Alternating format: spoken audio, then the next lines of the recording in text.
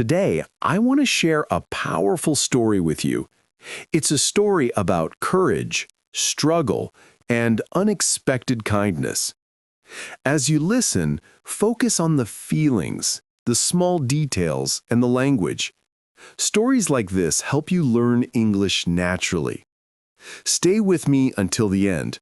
We'll explore useful vocabulary together in the Vocab in Action section. Then we'll practice speaking with a strong shadowing session. These parts will help you improve your English step by step. All right, take a deep breath, relax, and let's begin the story.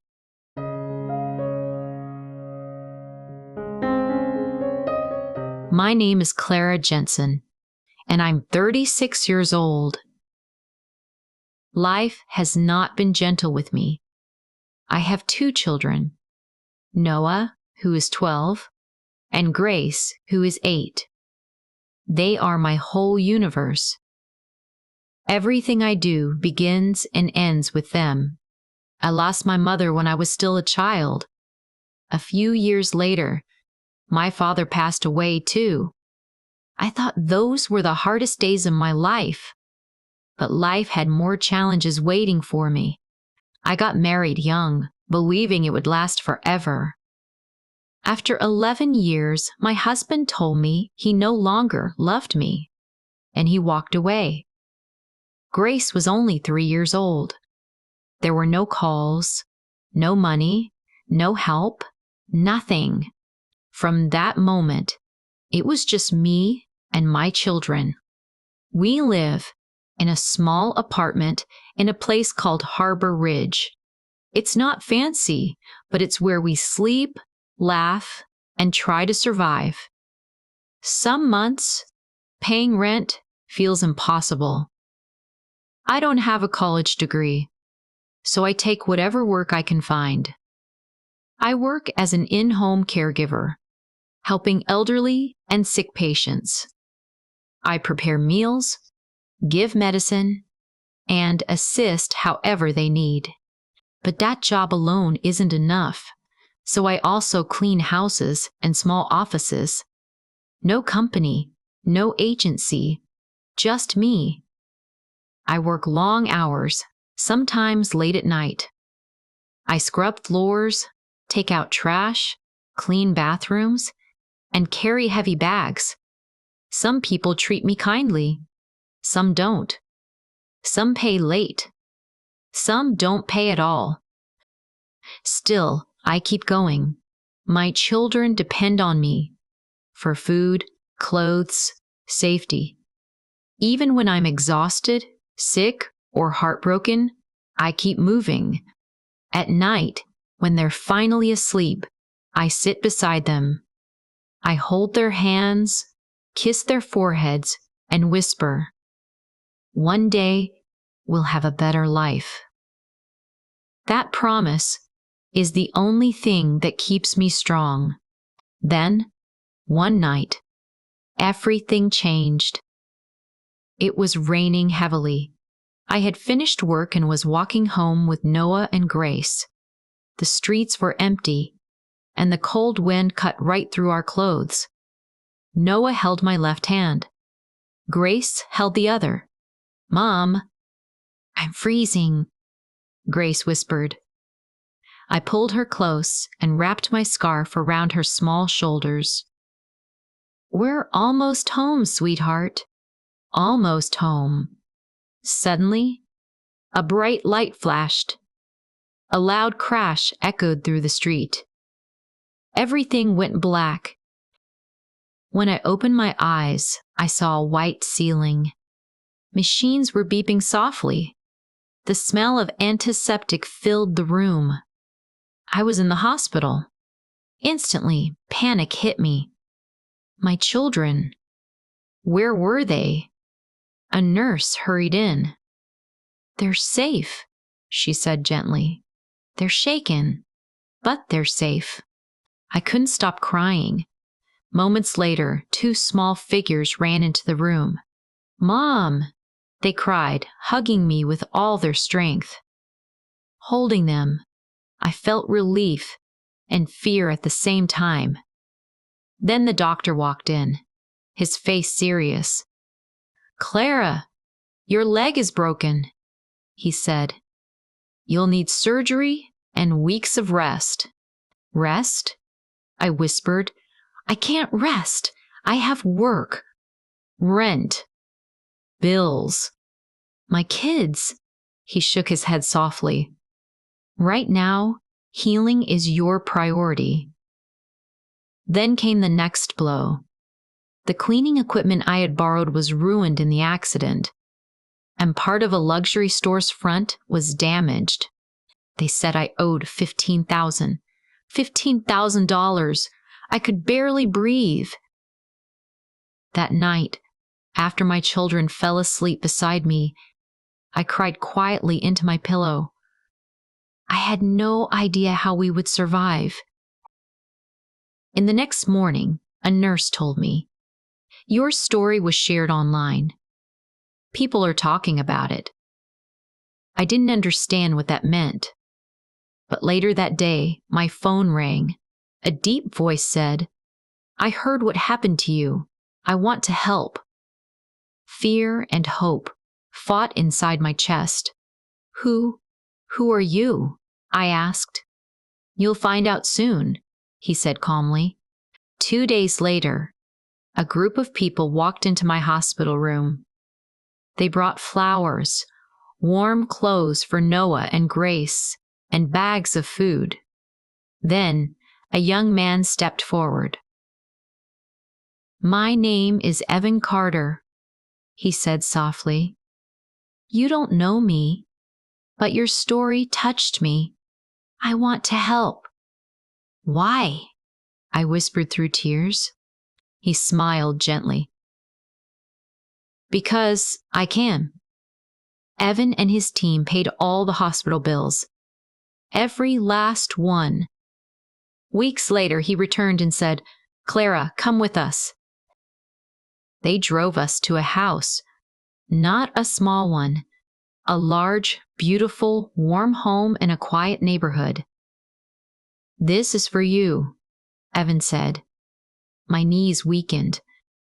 "For us?" He nodded. "No more rent, no more fear. This is your home now." I dropped to my knees, crying.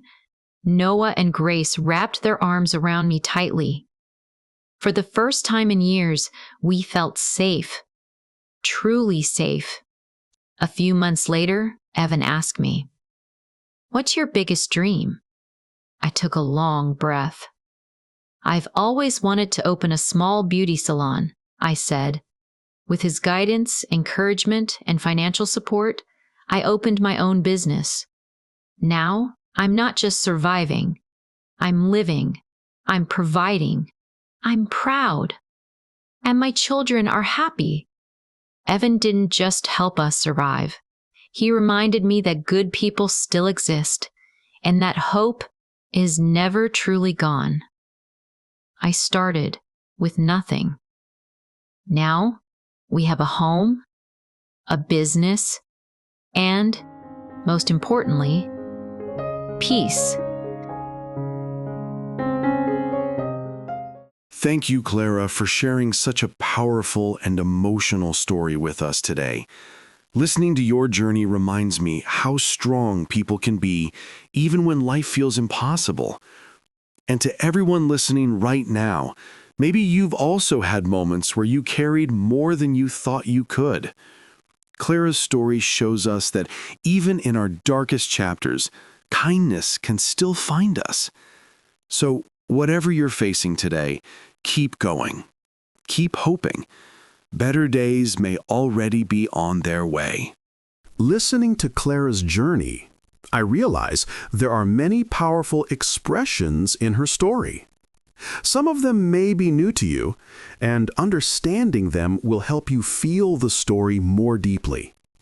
So today, we'll explore 10 words and phrases that carry strong emotion and meaning.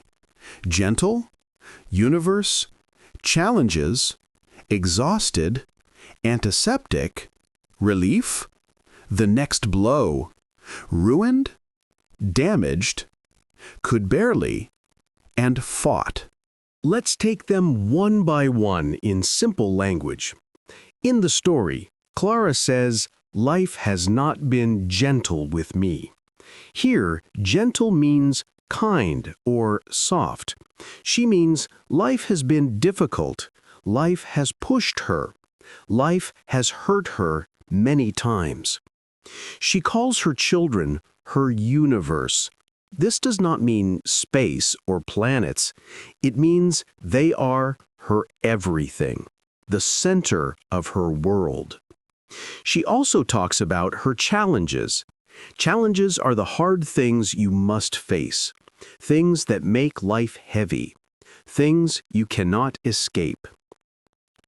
Clara often feels exhausted. This means extremely tired, not just sleepy, but tired in the body and in the heart. When she wakes up in the hospital, she smells antiseptic. That is the strong hospital smell, a clean smell that comes from chemicals used to kill bacteria. She feels relief when she sees her children. Relief is the feeling when fear disappears. Your shoulders drop, your breath becomes easier. Then there's the line, "Then came the next blow." A blow here is not a physical hit. It means more bad news, another problem that hurts you emotionally. Clara learns that her tools are ruined. Ruined means completely destroyed. You cannot fix them. And the store window was damaged. Damaged means broken, but still exists. Not as serious as ruined. She also says she could barely breathe. Barely means almost not at all. Her fear was so strong that her breath stopped. And she says fear and hope fought inside her chest. They didn't fight physically. It means her emotions were pulling her in opposite directions. Now that you understand these words, let's talk about how to remember them. There is a simple method called the storytelling technique. It works beautifully. You choose 3 to 5 new words. Then you create a short story using them. Just 4 or 5 sentences. When you do this, the words stay in your memory much longer. Your speaking becomes more natural. Your communication becomes stronger. Let me show you an example. Imagine I choose exhausted, relief, and damaged. My story might sound like this. Last Friday, I was exhausted after working all day. When I finally sat down on my sofa, I felt a wave of relief. But then I saw my damaged phone on the floor and sighed. Simple, clear, and easy to remember. Now it's your turn. Pick any 3 to 5 words from today's list. Create a small story in your own style. And if you want more practice, share your story in the comments. I'd love to read what you write. If you finished the little storytelling exercise, great job! Now let's take the vocabulary we learned and practice speaking them out loud. Shadowing practice. In this shadowing session, I'll read a sentence and you repeat it right after me. Just follow my voice. These sentences all use the words and phrases we explored earlier, so this is a perfect way to strengthen your memory and improve your fluency. All right, get ready. Let's begin. Repeat after me. Life wasn't gentle with her, but she kept moving forward. He spoke in a gentle voice that made everyone feel safe. My children are my universe. Everything I do is for them. Traveling alone opened up a whole new universe for her. He faced many challenges, but he never gave up. Starting a new job can be a big challenge at first. After working all night, she was completely exhausted. I felt exhausted even before the day started. The room smelled like antiseptic, clean and sharp. Nurses use antiseptic to keep the area safe and sterile. Seeing her children again filled her with relief. I breathed a sigh of relief when I found my lost wallet. Then came the next blow, and everything felt heavier. The message was the next blow in a very difficult week. The heavy rain ruined my shoes. His plan was ruined when the meeting got canceled. The car was damaged, but we were safe. The box was damaged during delivery. I was so scared I could barely speak. She could barely open her eyes after the surgery. Great work today. You've just practiced 20 sentences using the vocabulary from our story, and this is a big step for your fluency. Remember, you can also take these sentences and use them to write your own short stories.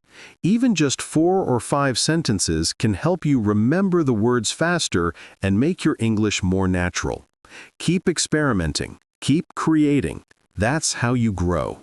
All right, that brings us to the end of today's episode. We listened to a powerful story, explored meaningful vocabulary, practiced storytelling, and finished with shadowing to build confidence and fluency. If you keep doing these small steps every day, your English will improve faster than you expect. So take what you learned today, try the exercises, and share your progress in the comments. I'd love to hear from you. Thank you for spending your time with me, and I'll see you in the next lesson. Keep going, keep learning, and keep believing in yourself.